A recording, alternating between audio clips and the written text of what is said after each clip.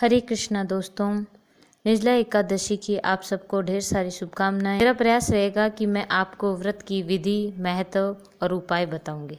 सबसे पहले निर्जला एकादशी व्रत का महत्व। इसे पांडवा एकादशी या भीमा एकादशी भी कहा जाता है। साल में 24 एकादशी आती है, महीने में 2 आती है, एक शुक्ल पक्ष की और दूसरी कृष्ण पक्ष की। सभी एकादशियों का अपना अपना बहुत महत्व होता है। अधिक मास होने पर 24 + 2 26 एकादशी पड़ती है। व्यास देव जी कहते हैं कि निर्जला एकादशी व्रत का पालन सभी को करना चाहिए।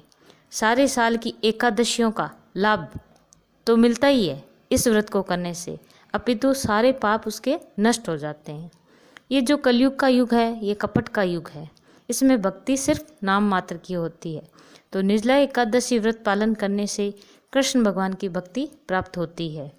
जो व्यक्ति सख्ती से इसका पालन करते हैं उन्हें 24 एकादशियों का लाभ तो मिलता ही है, साथ साथ हर तीर्थ स्थान का दर्शन करने का लाभ, हर पवित्र नदी में स्नान करने का लाभ भी प्राप्त होता है और व्यक्ति महान बन जाता है। उसे धन सौभाग्य की प्राप्ति होती है, उसका स्वास्थ्य अच्छा हो जाता है, हर प्रकार का दान देने का लाभ प्राप्त होता है, उसको परम शक्ति प्राप्त होती है।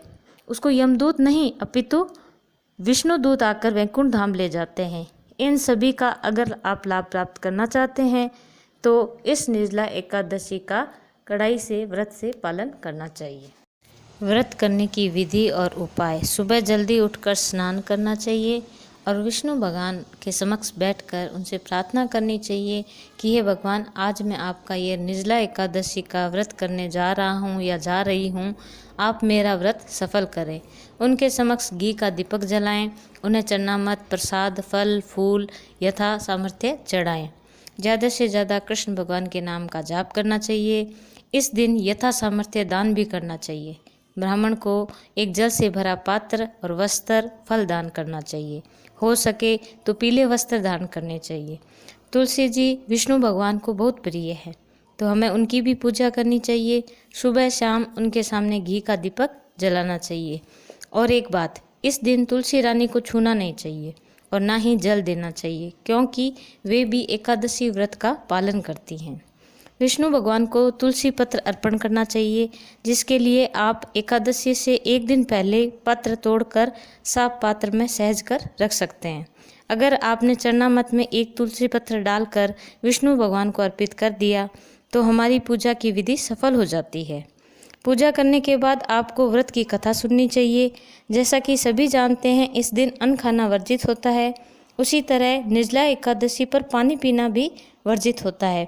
हो सके तो आज का दिन सारे कार्यों से छुट्टी लेकर सारे दिन भगवान विष्णु का ध्यान करना चाहिए, उनका नाम जपना चाहिए। हरे कृष्ण कृष्ण कृष्ण हरे हरे, हरे राम राम राम हरे हरे। ऐसे हरे कृष्ण महामंत्र का जाप करना चाहिए।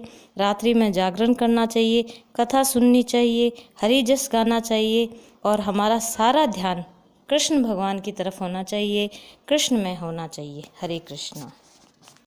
निर्जला एकादशी व्रत कथा। निर्जला एकादशी व्रत का पौराणिक महत्व है और व्याख्यान भी कम रोचक नहीं है। जब सर्वज्ञ वेदव्यास जी ने पांडवों के चारों पुरुषार्थ धर्म, अर्थ, काम और मोक्ष देने वाली एकादशी व्रत का संकल्प कराया था, तब युधिष्ठिर ने कहा, हे जनार्दन, ज्येष्ठ माह के शुक्ल पक्ष में जो एकादशी पड़ती है, आप कृपया करके उसका वर्णन कीजिए। भगवान श्री कृष्ण ने कहा, हे राजन, इसका वर्णन परम धर्मात्मा सत्यवती नंदन व्यास जी करेंगे, क्योंकि ये संपूर्ण शास्त्रों के ज्ञाता हैं। तब वेद व्यास जी कथा कहने लगे। कृष्ण पक्ष और शुक्ल पक्ष दोनों एकादशी में अन्न खाना वर्जित होता है। द्वादशी के दिन स्नान करके भगवान कृष्ण की पूजा करें, ब्राह्मणों को भोजन देकर बाद में स्वयं भोजन करें। यह सुनकर भीमसेन बोले, परम बुद्धिमान पितामह, मेरी बात सुनिए। राजा युधिष्ठिर, माता कुंती और सारा परिवार मुझे एकादशी को भोजन करने से मना करते हैं और परंतु मुझे भूख नहीं सही जाती है। तब व्यास जी ने कहा, यदि तुम नरक नहीं जाना चाहते, स्वर्गलोक जाना चाहते हो, तो एकादशियों पर भोजन नहीं करना चाहिए। तब भीम बोले, मैं एक समय खाना खाकर भी व्रत नहीं कर सकता, तो पूरे दिन बिना भोजन कैसे रह सकता हूँ? मेरे पेट में वक्र नामक अग्नि लगी रहती है, जब मैं ज़्यादा भोजन करता हूँ तभी यह शांत होती है।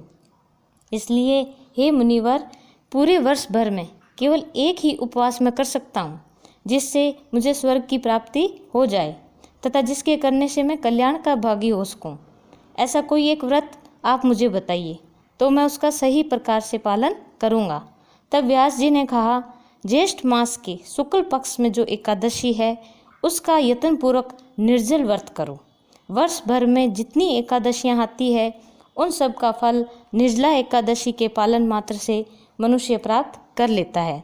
अतः निर्जला एकादशी को पूर्ण यत्न करके उपवास और श्री हरि विष्णु का ध्यान करना चाहिए, पूजन करनी चाहिए। बोलो हरे कृष्ण भगवान की, निर्जला एकादशी व्रत की जय।